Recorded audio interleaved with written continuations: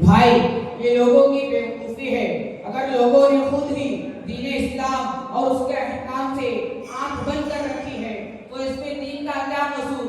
اب دیکھو بھائی، امی بتاتی ہے کہ چمگادڑ کو دن میں سوجتا نہیں ہے اور 14ویں کے چاند پر کتے بھوکتے ہیں، تو اس میں سورج اور چاند کا تو کوئی دوش نہیں ہے.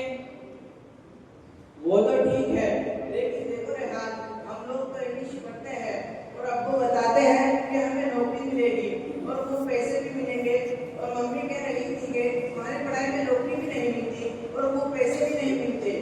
بھائی دیکھو، اصل بات جو مجھ کو حضرت استاد صاحب نے بتائی ہے وہ یہ ہے کہ ہماری پڑھائی اللہ میاں کو راضی کرنے کے لیے ہے.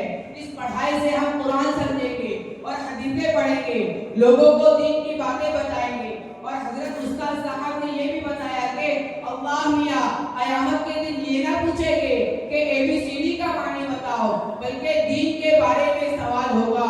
ارے تو کیا ہوا، آخر ہم بھی تو مسلمان ہیں، کچھ بتا ہی دیں گے. کیا تم سمجھتے ہو کہ ہمیں کچھ نہیں آتا؟ آخر ابو جان ہم لوگوں کو گورنمنٹ اسکول میں پڑھاتے ہیں. اچھا جمیل بھائی، تو آپ پہلے یہ جان لیجئے کہ آپ نے سلام کا جواب دینے میں غلطی کی ہے. وعلیکم سلام نہیں ہوتا بلکہ وعلیکم السلام ہوتا ہے. دوسری بات یہ ہے کہ اگر آپ کو کلمہ آتا ہے تو صرف پہلا کلمہ سنا دیجئے، پھر مجھ سے سن لیجئے. ہاں کیوں نہیں، لو سنو پڑھتا ہوں. لا الہ الا اللہ محمد رسول اللہ. سمیر بھائی، کلمہ اس طرح نہیں پڑھتے بلکہ یوں پڑھتے ہیں، بسم اللہ الرحمن الرحیم. اول کلمہ والقیمہ لا الہ الا اللہ محمد رسول اللہ. اچھا دوسرا کلمہ بھی سن لو. دوم کلمہ شہادت، اشہد ان لا الہ الا اللہ واشہد ان محمدا عبدہ ورسولہ. اچھا تیسرا کلمہ بھی سنا دو. سوم کلمہ تمجید، سبحان اللہ والحمد للہ ولا الہ الا اللہ واللہ اکبر ولا حول ولا قوة الا باللہ العلی العظیم. کیا آپ کو یاد ہے؟ نہیں بھائی، مجھے تو یاد نہیں ہے.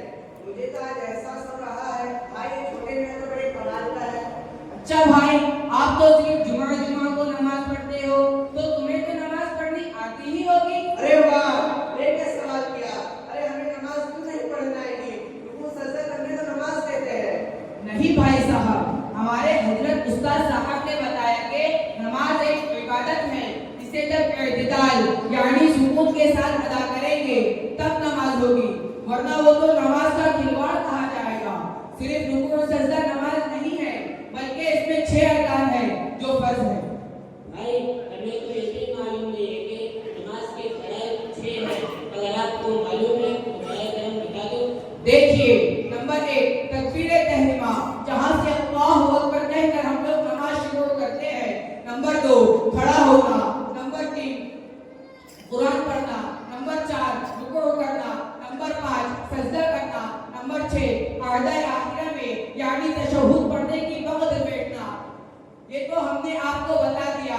اچھا اب یہ بتاؤ ہمارے رسول کون ہے، ان کی ماں کا نام کیا تھا، وہ کس خاندان کے تھے؟ ارے بھائی ریحان، باپ رے اتنا مشکل سوال میں تو کبھی سوچ بھی نہیں سکتا تھا. تجھے دین کے بارے میں اتنی معلومات ہے، اتنا نالج ہے. بھائی یہ سوال صرف ہم سن سکتے ہیں. ہمیں اتنا معلوم ہے ہمارے رسول کا نام محمد ہے.